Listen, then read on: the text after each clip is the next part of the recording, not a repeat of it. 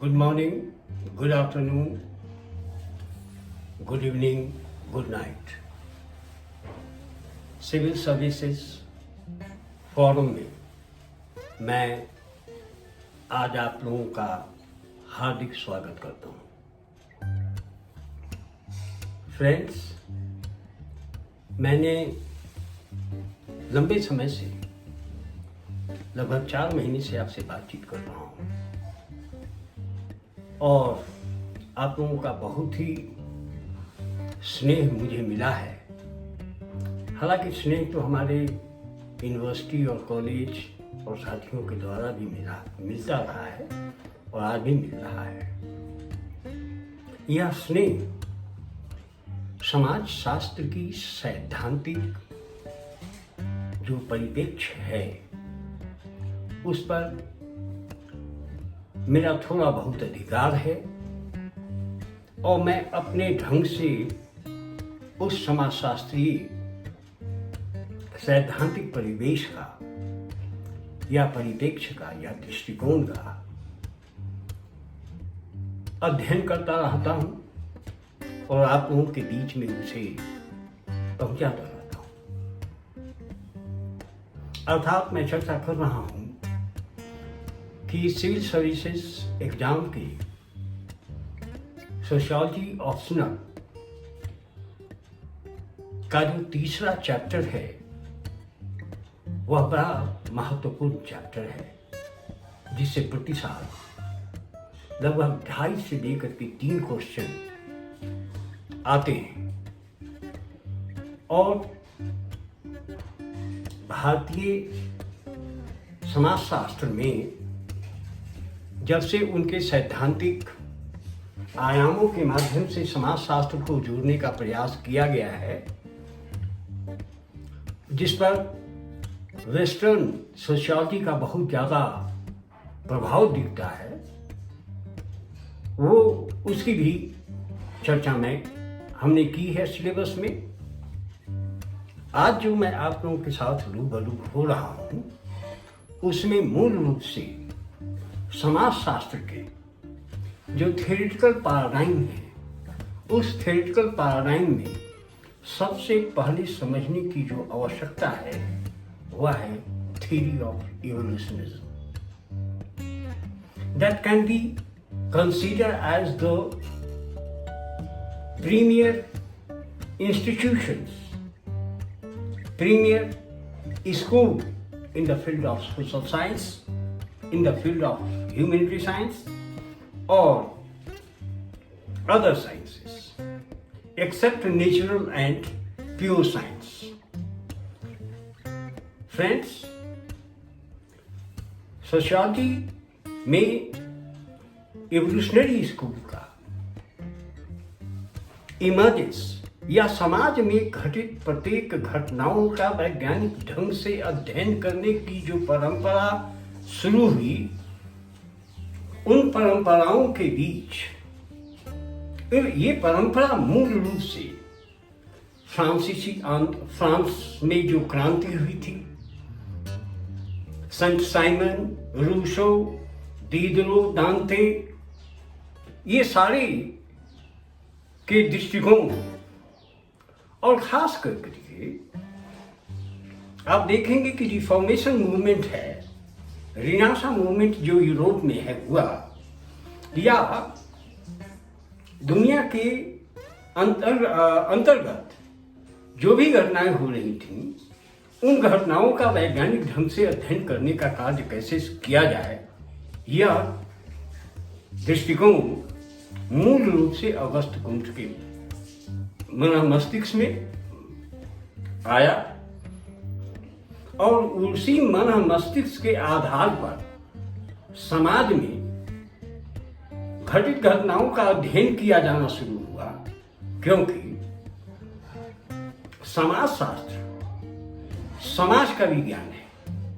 आप ध्यान देंगे, यह मेरी मान्यता नहीं है, यह मान्यता मूल रूप से आप देखेंगे तो अगस्त कुंट की है, जो positive polity and positive philosophy में दिखेगी, जिसकी चर्चा मैंने बार बार की है।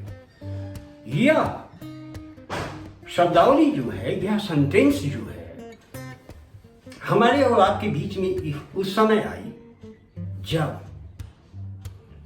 उन्होंने प्योर साइंस की धारा, क्योंकि वह प्योर साइंटिस्ट थे, ऑगस्ट कुम्ट प्योर साइंटिस्ट था। उन्होंने समाज में घटित घटनाओं का वैज्ञानिक ढंग से अध्ययन कैसे किया जाए, इसके लिए सोशल फिजिक्स से हटकर 2 वर्षों के अंदर सोशियोलॉजी रूपी शब्दावली को लाते हुए एक स्कूल का इमर्जेंस किया। वह इमर्जेंस अगस्त कुम्ट के द्वारा ही सिर्फ नहीं किया गया, उसके द्वारा एक स्कूल का अम्ब्रेला तैयार किया गया है, जिस अम्ब्रेला में दुनिया के बड़े सशक्त समान विचारधारा में विश्वास करने वाले चिंतकों का नाम शुमार है, जिसमें आपके बीच में मैं आप स्पष्ट रूप से कहूं कि अगस्त कुम्ट प्रत्यक्षवादी सिद्धांतकार रहा है।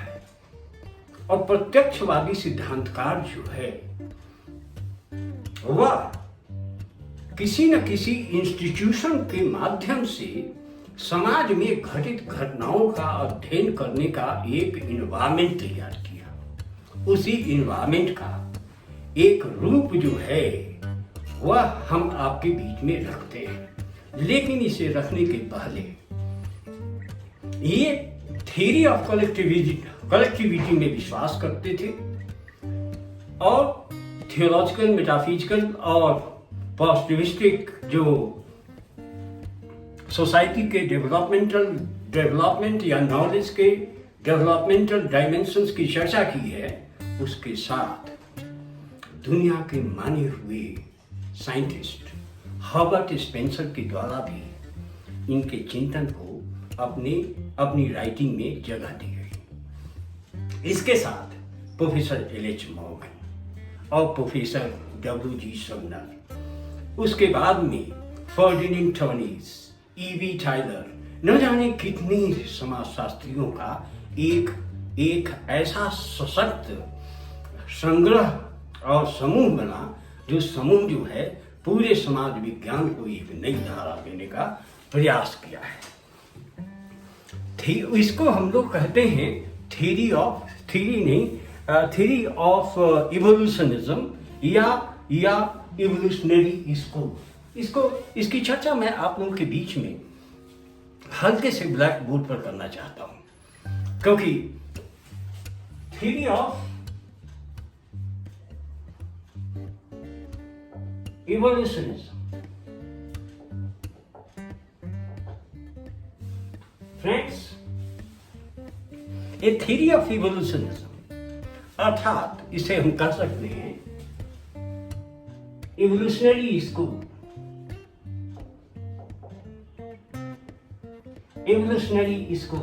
in sociology or particularly and in social science or humanity science, जिसमें ज्ञान और विज्ञान के अध्ययन की परंपरा को एक नई तस्वीर देने का प्रयास किया है। फ्रेंड्स,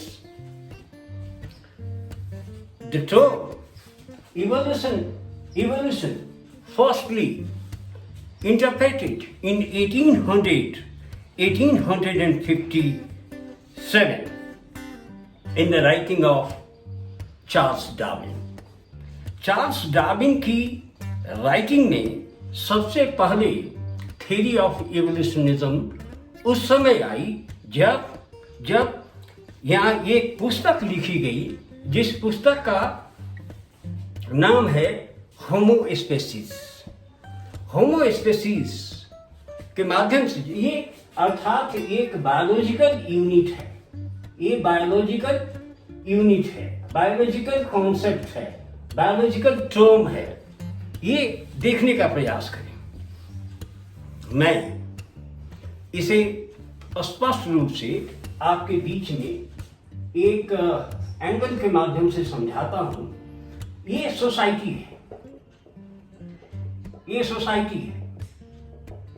सोसाइटी जहां पर कि पूरे वर्ल्ड के समाज, चाहे वो ट्राइबल सोसाइटी हो, चाहे वह एग्रीगेरियन सोसाइटी हो, चाहे वो पीजेंट्री सोसाइटी हो, या अर्बन सोसाइटी हो, या पोस्ट मॉडर्न सोसाइटी हो, या प्रिमिटिव कम्युनिज्म का सोसाइटी हो, या फ्यूडलिस्टिक सोसाइटी हो, या कैपिटलिस्टिक सोसाइटी हो, या पोस्ट कैपिटलिस्टिक सोसाइटी हो, ये समाज में जो भी अभी तक डेवलपमेंट हुए हैं, जो भी विकास हुए हैं, जो ग्रोथ हुए हैं, उसका अध्ययन करने का प्रयास जो है इवोल्यूशनरी स्कूल के माध्यम से प्रोफेसर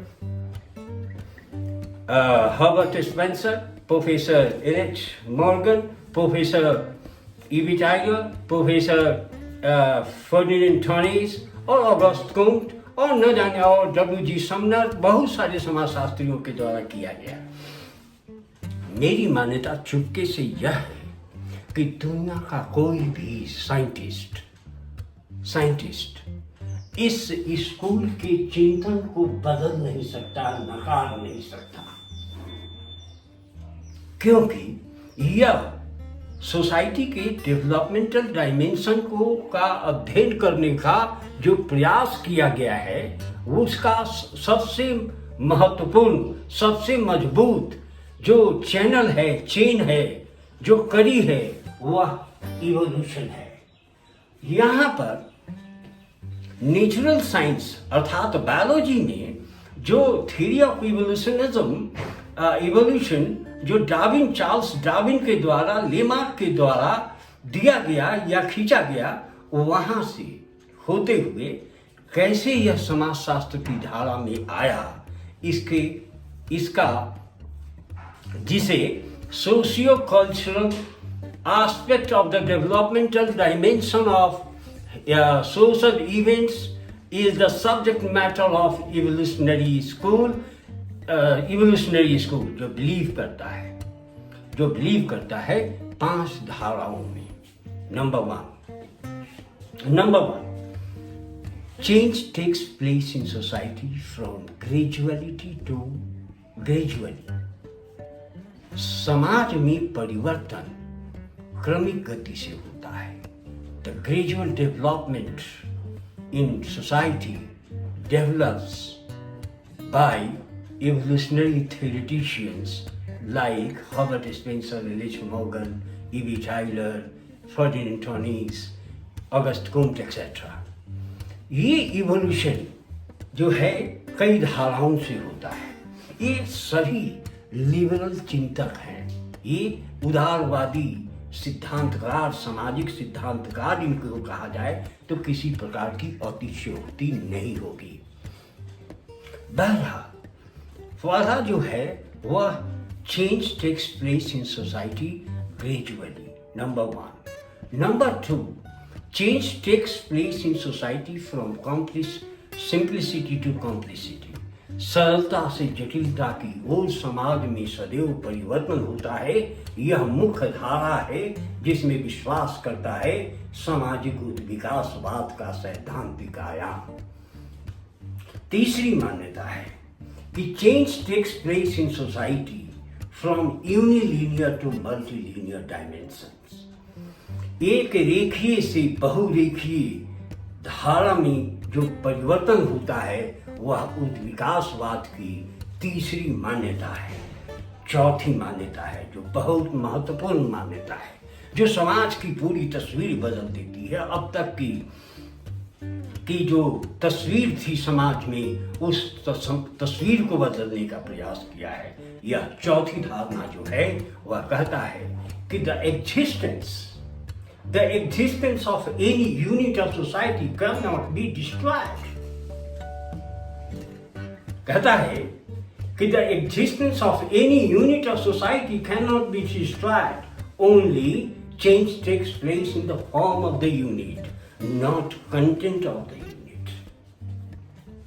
It means समाज में जब किसी वस्तु का या किसी इकाई का, सामाजिक इकाई का अस्तित्व बन जाता है तो उसका अस्तित्व कभी समाप्त नहीं होता, केवल उसके स्वरूप में परिवर्तन होते हैं, उसके अंतर वस्तु में किसी भी प्रकार का बदलाव नहीं होता। अर्थात उसके समाज में जब किसी एक वस्तु का अस्तित्व बन जाता है, whenever existence of a unit in the society, any unit of the society cannot be destroyed. कभी भी समाप्त उसे नहीं किया जा सकता है, उसके बर्बाद नहीं किया जा सकता है। पांचवी मान्यता है कि psychic unity of mankind is the most important factor for the creation of any change in any society of the world. Psychic unity of mankind, अर्थात psychic unity of mankind is the most important factor for the creation of any change in any society of the world. This is the fifth and last perception which was developed in theory of evolutionism by the many theoreticians to conceptualize this. Friends, इन पांच इकाइयों में क्या है, इसकी चर्चा मैं अगली episode में आप लोगों के साथ करूंगा। इसी के साथ आप सिविल सर्विसेज फोरम से मुझे अभी इजाज़त दें। इसी के साथ इस चैनल को सब्सक्राइब करते रहिए, शेयर करते रहिए, लाइक करते रहिए और मुझे जिस तरह से सहयोग प्रदान कर रहे हैं मुझे वह सहयोग देते रहें। Good morning, good afternoon, good evening, good night. Thank you very much.